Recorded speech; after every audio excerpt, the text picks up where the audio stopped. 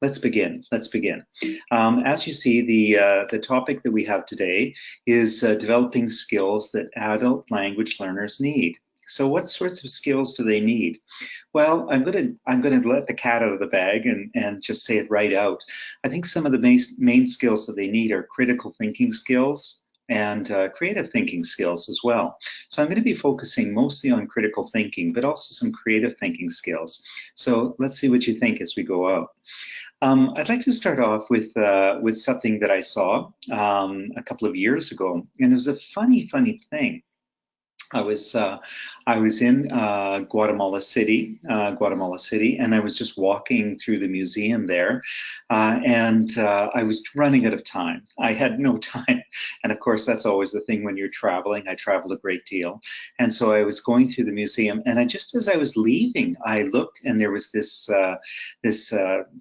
piece of stone there. It was a bench. I thought it was a bench anyway. And I looked at this and I thought, and I took a photograph of it, and really just so I could actually have a better idea or a better opportunity to look at it in more detail later. And I've looked at it a lot. Curiously and unfortunately, there was no little tag next door to it. Oh, hello? Sorry, can you see me? No, cancel. Ken, I think we can see you, but we cannot see your presentation, Ken. Sorry. Okay. Let's see. Okay, let me try. Okay. Can you see the presentation now? No?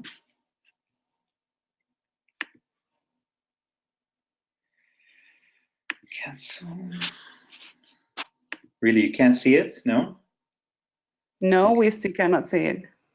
Okay, let me just, okay, I'm going to close the presentation and I'll start it again. Okay, can you see my desktop? Nope, we cannot see anything, Ken. No, really. All right. I don't know, this is a new problem. We haven't had this problem before, have we? I know.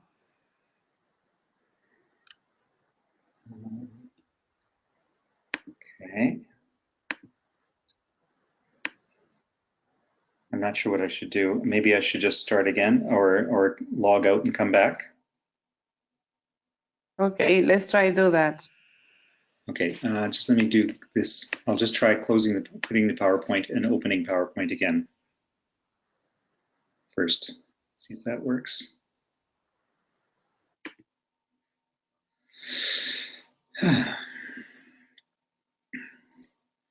This is always the trouble of doing something technical, right? Yeah. Can you click on the show presentation again, just in case, like in the icon that you have there? Because it says paused.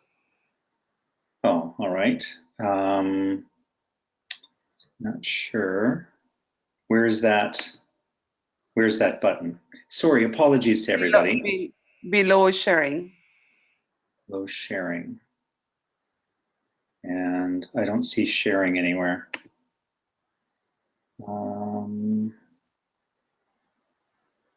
Share my webcam. Can you see my webcam now? No. Yes, we can see you now.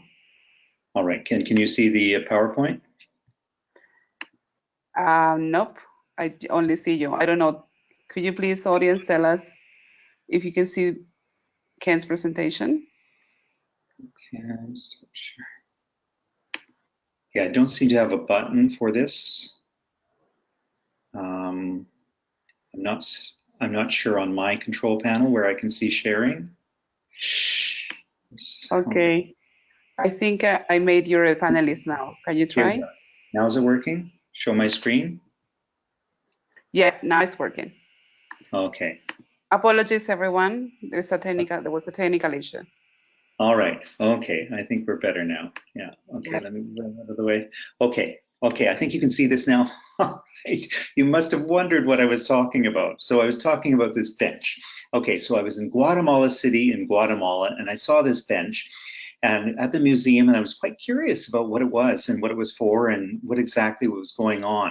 So what do you think? What do you think? Well, if we were all together in a classroom, I'd ask you and put you into pairs and let you discuss it and come up with some different ideas about what it was all about.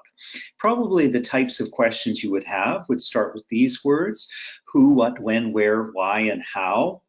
Some of those questions would be who made it, and if you know it's from Guatemala, you probably guessed already, it was Mayans, the Mayans.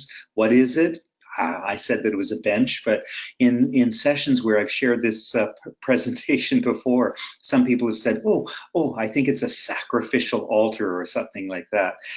When was it made? Well, if it was made by the Mayans, it's obviously quite old. Where? Told you already, Guatemala City. So at least it's in Guatemala City now. I'm not quite sure where in the country it came from. Again, there was no clear explanation. Why was it made? Well, this is the really interesting question. We'll come back to that one in particular. How was it made? It looks like it's made from stone. So it was carved stone. So basically we have a little bit of an idea here, but not a perfect idea about it. And we have that one big why question. That why question is so important to us. It's the one that really stirs critical thinking among our students. We spend a lot of time just telling students things, we're explaining things, getting them to memorize facts. But actually, just the memorization of facts is not a useful skill. It is useful to a certain extent, but not as useful as critical thinking. In today's day and age, of course, anything you want to know, you can look up, you can go online and sort of look it up. So it's a lot easier to find out what things are and who and what and where, those sorts of questions and how, but it's still a little bit more difficult to find out the answers to the why questions. So today I would like to talk about insights, and specifically 7 insights that I have had that have fueled my teaching. So it's kind of a personal thing, but as I go through this, I really want you to be thinking like, yeah, what does this mean to you? What is it important to you? What insights have you had in your own learning and your own path that have somehow fueled what you think about teaching and learning? So keep that in mind as we go through this. And again, if you can share some of that at the end, I'd love to hear, just to add some comments.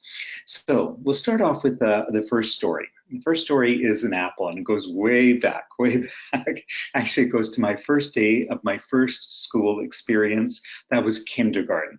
I went off to kindergarten, and it was in the neighborhood, so I was all ready and up early and excited about going to my first day in kindergarten. I'm the youngest of 5 children, so it was finally my turn. I'd watched my brothers and sisters go to school. And so I was quite excited to be doing it myself. I felt very grown up. And my mother gave me a little apple, an apple for recess to take with me. So I took it to school, and then we played and did things in the morning and got organized. And then it was time for recess, the little break in the morning. So what happened? So I grabbed my apple, and of course all the kids are running out to the playground. So I take my apple and I put it into my pocket. And I'm running around with my friends, and then suddenly I think, oh, I'm hungry, I'll have my apple. And I put my hand into my pocket, and I can't get the apple out. I can't get the apple out at all. I think, oh no. So of course, what do? I cried. I started crying. And so, of course, my kindergarten teacher, Miss Homa, bless her heart, Miss Homa looks over, sees a new child crying on the playground, and comes over and says, what's the matter? What's going on? And I started pointing at the apple, and I can't get it out of my pocket. And maybe she tries once. And then she does something quite surprising. She takes out a knife. She reaches into her purse and she takes out a folding pocket knife like this one. And of course, I look at the knife and I look at her, and it's my first day of school. I have no idea what's going on. So what do? I start screaming. Why? Because I don't know why she has a knife. I think, what's she doing with the knife? And I can only think one of two things. One, she's going to kill me. Well, maybe not. But I thought, oh, she's going to cut off my pants or cut off my pocket to get the apple. So I was just like, oh no, I thought, oh, this will be terrible. If she cuts my pocket, my mother will be so angry with me, especially my first day of school. But you've guessed it. You probably already know. So what did she do? She took the knife, she took the blade in, she cut the apple into quarters, she pushed one quarter out, and then the other 3/4 came out just as easily. So what is this? How does this create an insight? How does this create an insight or a learning opportunity in this case for me? Well, it was interesting because I thought about this a lot, and I thought about this a lot after, and obviously this is many, many years ago, and I'm still thinking about it. But I think about this, was this solution critical thinking or was it creative thinking? And what's the difference? So here's my first insight. What is the difference between critical thinking and creative thinking? In some cases, critical thinking is solving a problem, usually in a new way. That's usually what it is. Creative thinking is maybe thinking of many different solutions, many possibilities, some of which may not be practical. So of course you think about the creative arts, and some of them you would say, well, it's not totally practical. I mean, a song, is beautiful and it makes us happy or sad or something, but it's not necessarily a critical thinking problem that's been solved. So it's this one, it seems to me to be a little bit on both sides. The creative thinking was that she was thinking there was some way to get the apple out, and she realized that if she cut it into 4, that it would be easier for one portion to come out and then the others. Was that critical thinking as well? Yeah, maybe. And this is essentially what we run into, is often there is an overlap between critical and creative thinking. We'll talk about this difference a little bit more as we go along. So keep that in mind. So again, we often ask these basic comprehension questions like I did about the bench. We say this who, what, when, where, why, and how. So who, me, and Miss Homa, what happened, the apple incident, right? When did it happen? Kindergarten. Where? On the playground. Why? Again, becomes the interesting aspect. Why was it a problem? Well, it was because I did something maybe I shouldn't have done, is put it in my pocket instead of just carrying it and eating it or something. Why did she find that solution? Well, that's maybe just she thought that was the best solution. It was the fastest and the easiest. Okay. Then we get into something different. Then we're starting to think, oh, why did she do that? Then we're thinking, okay, she did it for maybe some other reasons. And this is a key aspect of critical thinking, is often we have other reasons that influence what we're doing. And again, we're going to come back to this, how she used the knife to cut the apple. But critical thinking really begins with an awareness. It begins with wondering and thinking. And does this kind of a solution promote language learning? So this is another aspect of it. And I would say it does. And we can look at it in this way. Beyond the who, what, when, where, why, and how questions, we've got a few things that are happening. First of all, was an awareness, because again, as I said, I thought about this a lot because I was so surprised. I went from thinking that I was either going to be murdered or have my pants cut into pieces, to just thinking, whatever. I was just wondering to a good solution, but so a general awareness of it. So this is important for us as teachers when we're encouraging learning, because we raise awareness in students and make them think about issues. And if they can continue thinking outside a classroom, in a language classroom, then we're really doing our job. What else? And especially what's language aspects of this? Well, it's certainly the retelling. I'm quite certain that I went home and my mother said, so how was first day of kindergarten, right? And I probably told her that the teacher tried to kill me with a knife or something. No, probably not, but I would have explained the apple incident and the knife, so whatever. Reflection. Later on, I sort of started thinking about reflection. I'm still thinking about it. And I thought about what she did and how I behaved and how I would behave next time. And again, what a valuable language sorts of lessons that is, because again, we utter things, we say things, and then we think, oh, I could have said that better. I could have expressed it in a better way and somehow. Schema building. Schema building is another one. Schema building is the relationship between words and ideas. So my schema of a knife was probably that it was used for cutting, of course, you know, cutting things like cloth and maybe food, but I didn't really think about it as a problem-solving tool with the apple. So this has built my schema. It gave me a new idea. And I also thought about apples in a different way, and the idea of breaking something down into parts to deal with one part more. I'm not saying as a kindergarten student I really thought through all these ideas, but maybe some of them were there. And then finally, alternatives. Alternatives, of course, afterwards, probably my brothers and sisters, you know, had advice, and you know, whenever you're in a problem, other people offered ideas. So what else could I have done? Well, you know, I think one of my sisters probably said, well, why didn't you just go to the bathroom and take off your pants, right?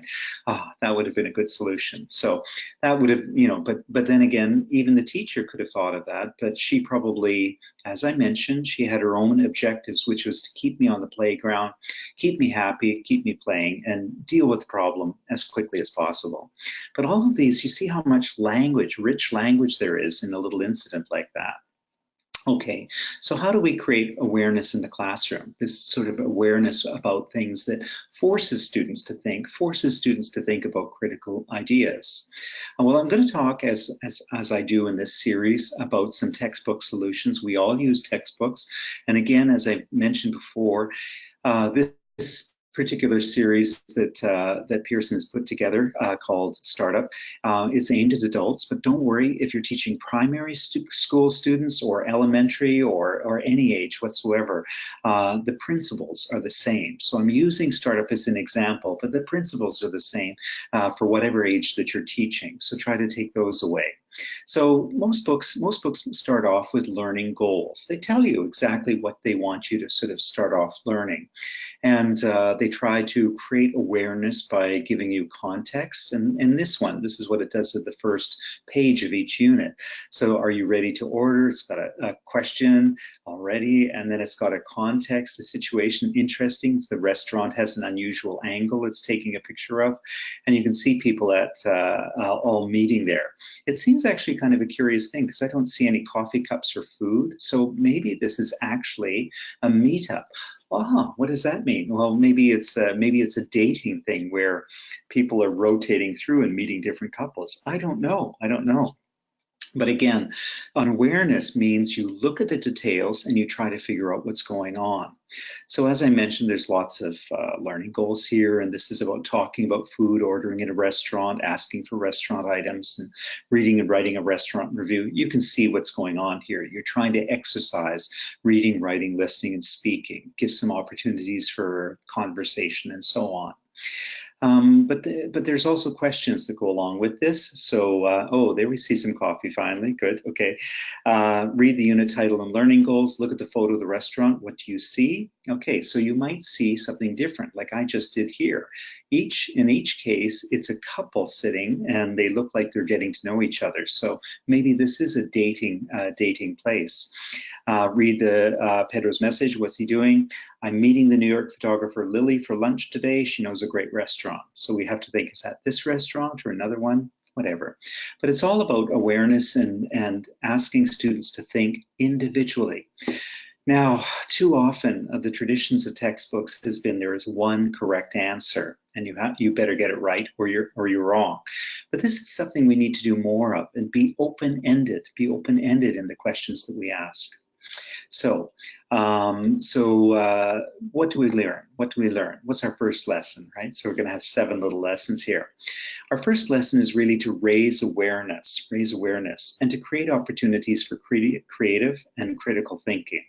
So just simply by showing students something and asking them, what do you think? By giving them a problem and saying, how would you solve this? Not a problem with only one solution, but a problem that could be solved in many ways. And most importantly, relate the content to students' lives. So it doesn't matter, again, if they're in kindergarten or graduate school, whatever age they are, whatever occupations, whatever background, whatever country you're in, try to relate the content in some ways to students' lives. So a photograph like this, you might say, would you see this normally in our country or in our city or something like this? Or where do you think this is? You know, questions like that. Again, I don't know, you don't know, but the students in the process of thinking about it will learn something. Okay, let's go on to our second one. Swim race. Okay, fast forward in my life. I'm a little bit older. I'm about 12 now. And when I was 12, I was a great swimmer. I loved swimming, and I was on a swim team. And so on the swim team, I was a specialist on the backstroke and butterfly and front crawl, not the breaststroke so much, but in those ones, and all of us, we thought very highly of ourselves. We were very competitive. We were a large club. We were a very large club. So we were quite delighted one time when we found out that we had to have a competition against another club who came from a very small pool.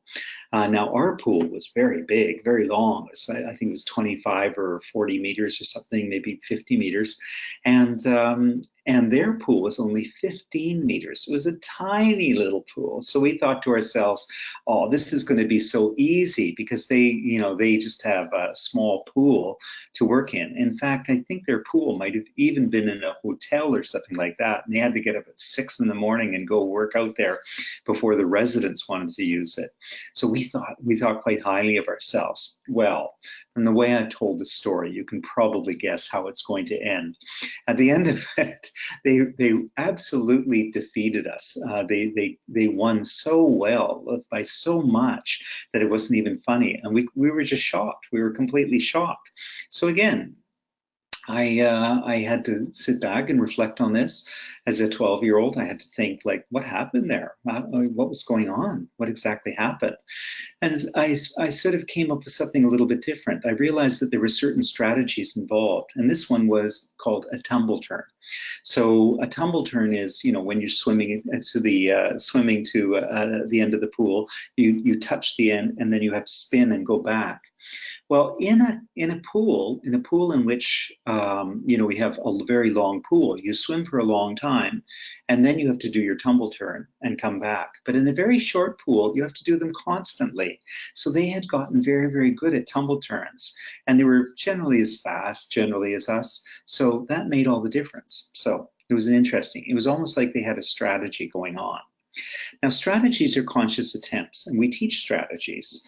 Once those strategies are practiced, they just become a skill, just like walking. You don't really think about how you walk. But at one point, when you were little and your mother or father was holding your fingers and you had your fingers around your father's hand or your mother's hand, they helped you to learn, but it became unconscious. They gave you help. They gave you strategies, put your foot there, no, do that. And then you learned it, and that's it. Constraints often lead to strategies. So this was a constraint. That short pool was actually a constraint that forced them into a better strategy. They learned to do tumble turns much faster. So we learn strategies usually in one of three ways: through observation sometimes, through instruction, sometimes through problem-solving tasks that we give students. We observe people doing something, we think, oh yeah, I could do that, or we tell you how to do it, or just we're given problems. There's a lot of plateaus that we reach. So for example, these are strategies, just to simply say, I don't understand, and I can say that in many languages. Shouldn't say pa, no lo conozco, ya, wo bucho tao. I can say it in different languages. But you go a little bit higher and you say, what's the name for this? Go a little bit higher and you say, what's the difference between this and this? And those are opportunity strategies for language learners to continue learning. Now, I was in Medellin 2 years ago, actually. I was just there this year, but 2 years ago, and I was visiting a university, and one of the one of the teachers said, well, the trouble is there's no English here. There's no English in Medellin, and there's no one to talk to in English. And I thought, really? And I went downstairs. There we are, Taco Factory in English. So there's English actually everywhere in Medellin. Moreover, it's a big tourist city. There's English everywhere. Sometimes it was a little confusing. So here's one. So here's a sign that leads to creative thinking. Because you have to interpret the possibilities. This sign, what does it say? Well, it's incomplete. So it says music, something, VERS are the last four letters, are the first ones. Oh, well, people would guess and they would say music livers. No, probably not. Music lovers. Oh, that would make sense. Music givers. Possibly. And the bottom one says either bad records or mad records or something like that. So the constraints of not knowing things actually forces more creativity. Here's another one I found in Medellin as well. I was so confused by it. It said it everywhere. It said, I don't give papaya. Oh, it turned out to be an idiom that means that if you don't make it easy for criminals to steal from you, then they won't. And for some reason, I'm still not sure why. It's translated as I don't give papaya, and it was all over the tourist area. So all I'm saying is there was lots of English around them, but I think they just weren't aware. We make students aware partly through giving them strategies in textbooks such as Startup. And here's a good one, word webs. Always get students to do word webs to relate the words that they already know and to continue to add to them in areas in which they're particularly interested. So the second lesson is to ask students to share learning strategies that have been useful for them. Students may be more receptive to advice from peers than from teachers. They're more likely to listen to maybe each other. If their best friend says, yeah, do this, it works for me, they'll try that well before they will listen to a teacher. Okay, one more, another insight. Remember, we have 7 altogether. This is my son's sailing class, but I used to sail myself. I used to teach sailing at one point. And so I absolutely loved sailing. And I had one of my best friends.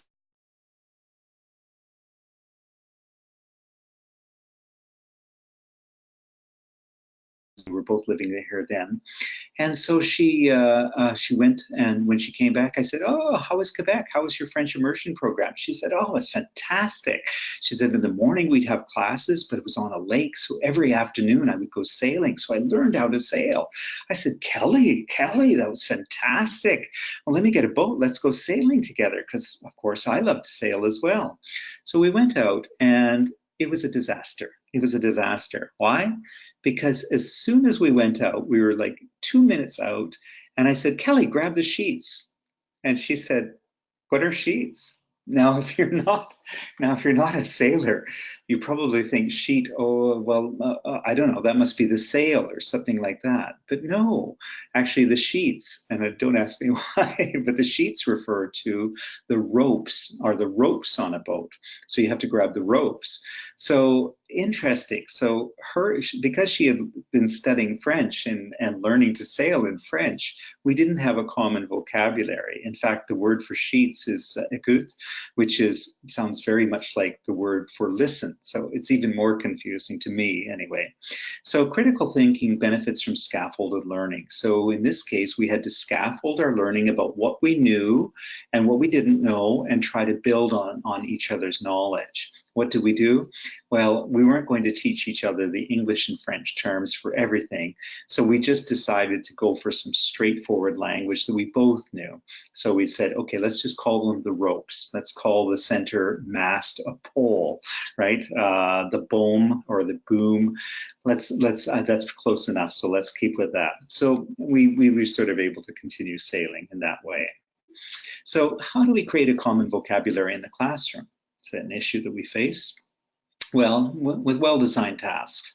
We have to be flexible in our expectations that force students to use and develop the target language. It's not enough just to ask students to, use language or give them some new vocabulary and say, okay, write a paper using this or a paragraph. It's not great. It's much better if they actually have to solve a problem. And in the case of my friend Kelly and I, we had to solve a problem. We wouldn't be able to sail, or at least not sail safely, unless we solved some of those problems. So such tasks operate at the upper half of Bloom's taxonomy. So these are the ones where we're creating, we're evaluating, we're analyzing. See, we had to analyze the problem. The problem was we had different languages. We had to evaluate what we could do, you know, how we could solve the problem. And finally, we had to create a solution by going back to some common language that we had and accept some words that were actually quite similar. So in textbooks, we can do this as well, and in many different ways. And this is a fun example where there's a little skit that's going on. I won't go through the whole thing, but it basically involves a waitress or a waiter who hasn't brought things to the table, and the people have to keep asking for them. But again, it's kind of an opportunity to develop the vocabulary around the things on the table, but it does it in an interesting way. Taking it further, startup features these media projects. And in this particular one, Jiho, this particular character, goes to a restaurant and he talks about his favorite meal. Interesting aspect of the series is that all of the characters in this section are non-native speakers of English. So he does have an accent. But the reason why? Well, it's because we meet people from all over the world, and we you know, who speak English from different countries. And many people who English is their second language, they will always have accents. They will always have imperfect speech. And so it helps students to hear a little bit of that because, again, they develop strategies to address those problems. So the third lesson here is really present open-ended opportunities for scaffolded learning to enhance vocabulary and develop ideas. Give students the opportunity to really think about problems and tasks and use that to develop the vocabulary and then to reflect on it, right? So that they can do that a bit more. Okay, insight number 4, color. So this painting, this is a special painting for me. If you look down on the corner there, it says Anne Beatty. That's my wife. Yeah, so this is one of my wife's paintings. So my wife is a painter, and because she's a painter and has worked in advertising and design throughout her life, she has an acute understanding of paint, of color in particular. So when she sees color differently than me, partly because she has such a vocabulary around color and she understands the subtleties and the differences of it. So I'm really not allowed to buy my own clothes. If I'm out and I'm buying a tie and I say, oh, this tie will go with my blue suit. And she'll say, no, it's the wrong color. And I might be stubborn and buy it anyway. And of course, she's always right. But the curious thing in there is she not only can spot the differences in colors, but she has a memory for them. There's a lesson here for us. So I realized that actually when you have a really detailed understanding of something, then you have a better memory for it. So you can look at these two plants here and you would say, well, what's the difference? Well, you know that a beginner student would say they're flowers, both are flowers. But as you get a little bit more advanced, you would start to say, well, the one on the left is a blossom. And it's a blossom. That blossom grows because a fruit's going to grow there or something on that tree. And the one on the right, we could put a name to it. We say, oh, that's an orchid. So that's getting more advanced. Again, you're sort of starting to see the differences as things go through. So critical thinking involves attending to differences. And this is a curious thing. Now, I look at this picture and it's totally confusing for me. Unless you're a gardener, probably it is for you as well. But there's a few things like petal and pollen that I know, stigma maybe or something, but most of the rest of them know. So what's important here though? Well, if you did know all those words and you saw a picture like this, I guarantee you would remember it better. And we know that specialists who are, whether they're birders or, painters or people who know about cars, it doesn't matter, as long as they have the specialized vocabulary, that helps them to attend to differences. So that's a key thing. So how do we focus attention in class? Beyond motivation, how can tasks help learners focus their attention to seek and to see detail? What exactly can we do to sort of promote that? Well, one of the things we can do in our classrooms is to flip the paradigm. Now, Too often we ask, who knows the answer? Who knows the answer? But here's a completely different way. And try this with your own students. Instead of always just saying, here's a question, here's, what's the answer? Say, what questions could you ask about this topic? So it doesn't matter what it is, any topic whatsoever, but get students in the habit of that, because that is a critical thinking habit, is to ask questions. So what questions could you ask about this flower? You start thinking, well, it's the painting and different things, what colors and how long does it take? And you'd go back mostly to this who, what, when, where, why, how questions. But again, as always, the why is the most important one. Getting students into thinking about questions when they encounter a topic is a habit of mind, and it's a critical thinking and a creative thinking habit of mind. What's a textbook example? Well, we often explore things like grammar, and we present it, straightforwardly, but students can think of rules themselves. So you might say with this one again, this explains what it is and how it works and gives examples and everything else. But what it doesn't do is doesn't really give the why. And again, that's the question that you could be asking students when you're looking at grammar, saying, why do we say this in grammar? Why do you think this is important to use in grammar? So change your focus. The answer is not always important. Create opportunities for reflection, for negotiation of meaning, and for conversations to help students acquire vocabulary, grammar, and ideas. So again, it comes out of a conversation, and because the students are forced to think about it. And yourself, anything that you really have to think about a lot, you're more likely to remember. So try that. So a couple of more examples here, things about food, right? So these are common foods, but maybe they're not the ones that your students eat. Maybe they eat different ones or additional ones, or maybe they don't eat any of these together. Again, what's the point? So you can see this task B at the bottom. It says, what is your favorite vegetable, your fruit, meat, poultry, seafood? Now, you don't have to answer this question using the information up there. It might be something different. What's your favorite vegetable? Oh, asparagus, it's different. What's your favorite fruit? I would say it's grapes, that's not in the thing either. And again, you could do the same for meat, poultry, and seafood. Now, the curious thing here that happens is when you open up those questions, then students become teachers, because they're going to share their answers with a partner. And that's that next task, compare your answers. So of course they may take some of the ones from up above, but otherwise they'll start expanding what they know, and they'll be personalizing it as well. So it's an important step to go forward to.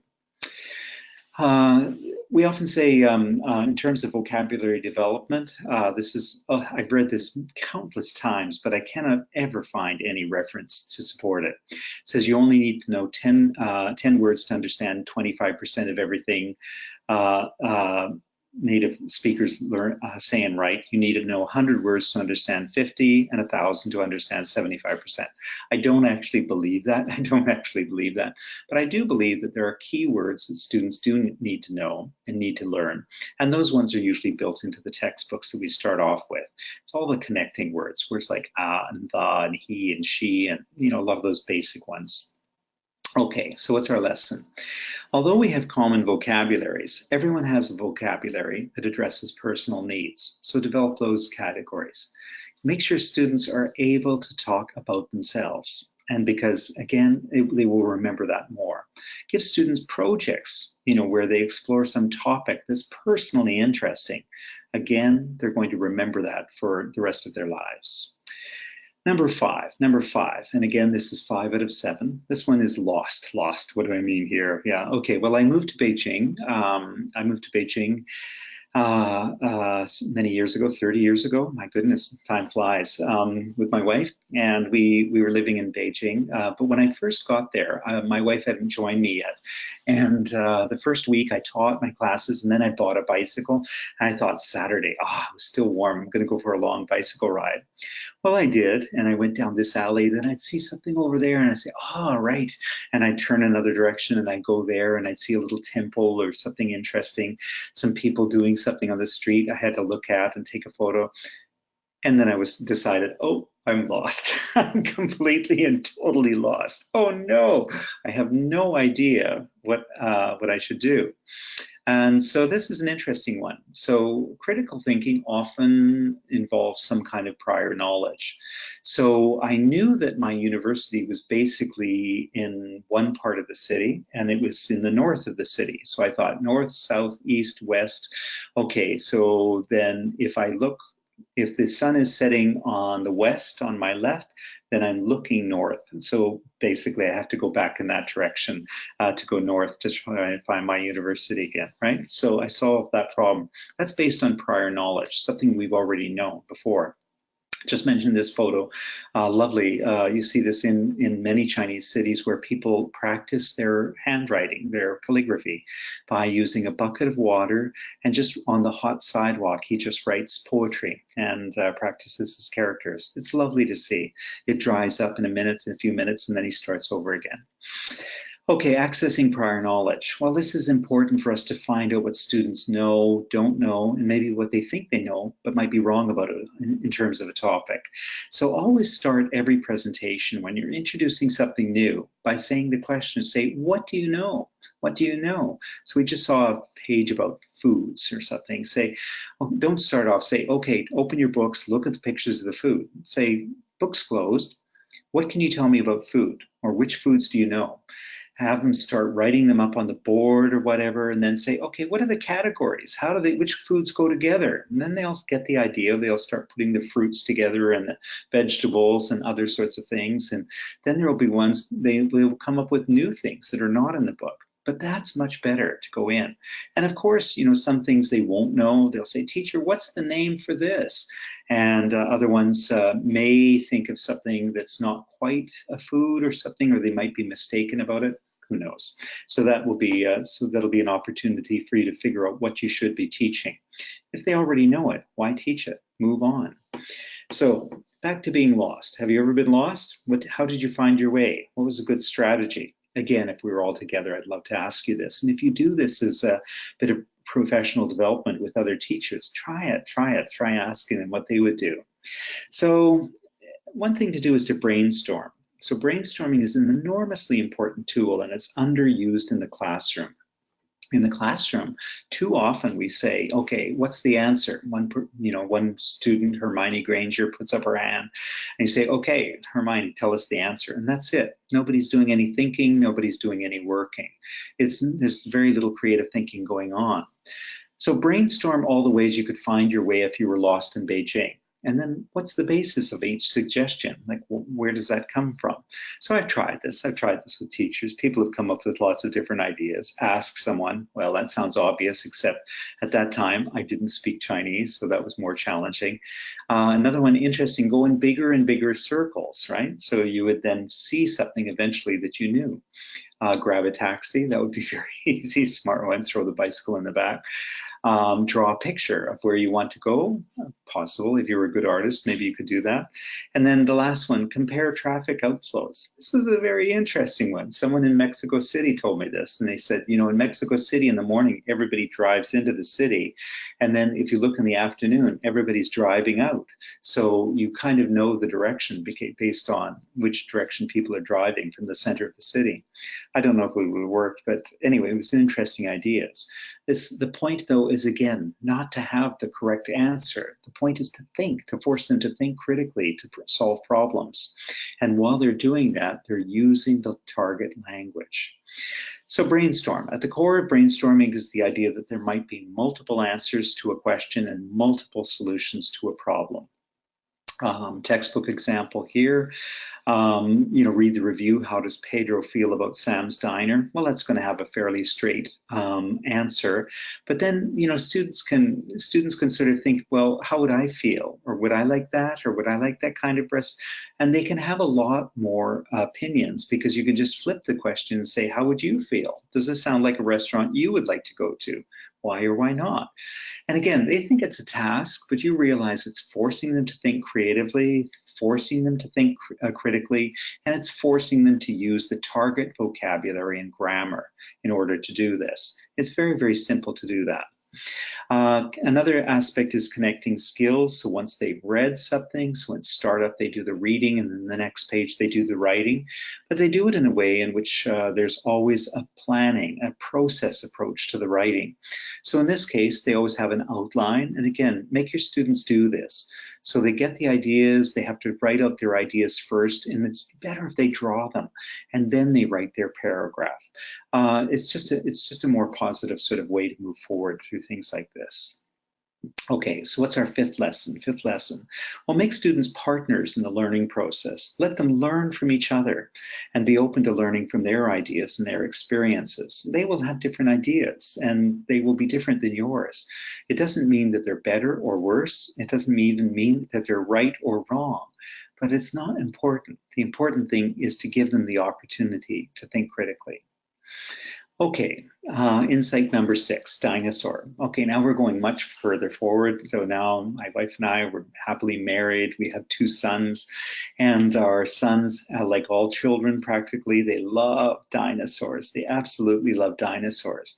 And I noticed something very, very unusual about their love of dinosaurs. When they were very, very little, they would have a vocabulary that was quite a bit like this: down, in, little, jump, iguanodon, away, big, it, brachiosaurus, dilophosaurus, can I come for, is a help, funny, sad, triceratops, stegosaurus, right?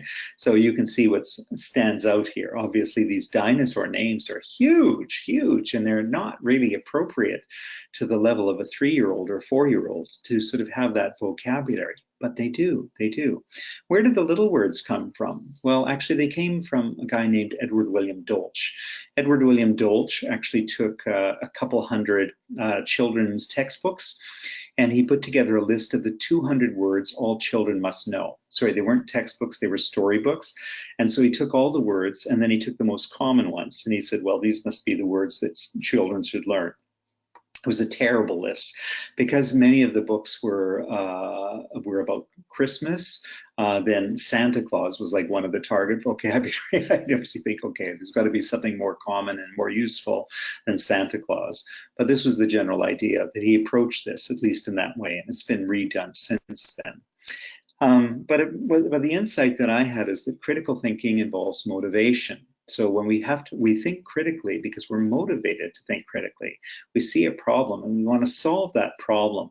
And in the case of my sons learning the names of the dinosaurs, they were motivated because they thought dinosaurs were so interesting. It's a curious thing about dinosaurs. They are, we say, an evergreen toy. It means that they have never, since the 1900s, they have never, ever gone out of favor. Every year, every decade, they have continued to be popular. Now, what's interesting about this? Why? Well, the curious thing is people, psychologists think it's because they're big and fierce and dangerous, but they're extinct. So you're not going to go out in your yard and see one. Whereas if you did it with dogs, you know, think about a little kid and a dog that to them is like the size of a horse to us. That's kind of scary if you were playing with dogs, but dinosaurs are safe because they no longer exist. So they know that. Okay, but motivation needs some direction. So with my children, of course, you know, I would try to develop their ideas. So they would have names that were sometimes popular, like T-Rex, and I would say, oh yeah, so what's the full name? Tyrannosaurus Rex, okay. Things like the foods that they ate and what kind of dinosaurs they ate. So I'd ask them questions today. What does this one eat? Oh, this one eats plants. I said, oh, it's a herbivore. Ah, yes, it's a herbivore, right? So they'd learn the words herbivore and carnivore, extinction, different things. So we learned lots of different facts about it, but you could see what I was doing. I was scaffolding their learning. I was continuing to develop their learning by pushing them, but pushing them in an area in which they were already highly motivated. So they were motivated to learn more, and I took advantage of that motivation. Again, it's what we have to do in the classroom. How do we do it in the classroom? I always joke. I say, here's my, I think this is, I was giving a class to some military officers in Latin America. So anyways, a bunch there anyway, but I thought, okay, that would be very motivating to bring those to class. They would put you in order. But in fact, the most motivating thing for any of us is to personalize the information. So we can make it personalized in some ways. This one's, again, on that food theme: plan an interesting dish, use words in 1A, give it a name. Okay, it's completely creative, right? It's creative thinking, or it's critical thinking as well. They have to go through the lists and say, which ingredients could we use, and put them together. And then they're going to add some other information and personalize it, make it their own. So it's kind of a fun thing. Personalization theory says, this is Hancock writing in 2010, he says, material and activities which give learners the opportunity to express themselves and exchange information about their lives, beliefs, belongings, experiences, ambitions, habits, interests, and so on.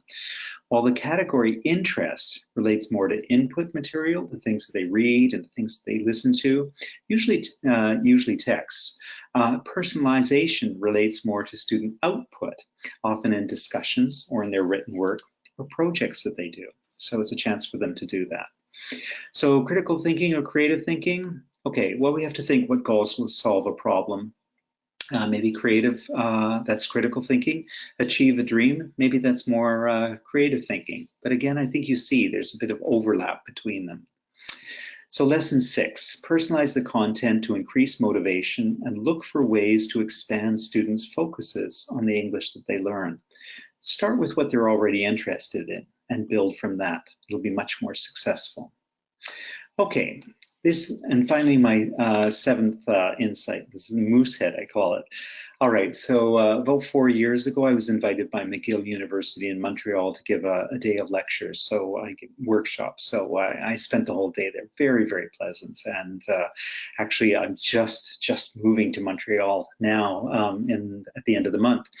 My wife decided. So after my session there, I sort of had an hour left, and I ran across the street to the museum. They have wonderful museums and art galleries, and I visited different galleries and such. And just when I was walking out, I saw this sculpture by the staircase, and I just took a quick photograph and continued back to my room. I know it sounds like the story at the beginning, right? Just running out of a museum, taking a quick photograph. In fact, it was the case here as well. And when I went back to my room and later I looked at the pictures, I saw this and I thought to myself, is this a man carrying a moose head on his shoulder, or is it a man with a moose's head, right? So that was just kind of a funny thought that I had, actually. And you probably made your decision already, and I thought, yeah, no, it's probably a man carrying a moose head with him. Of course, it's an easy one to solve. You just have to walk around the statue and you would see the head there. I didn't have that opportunity.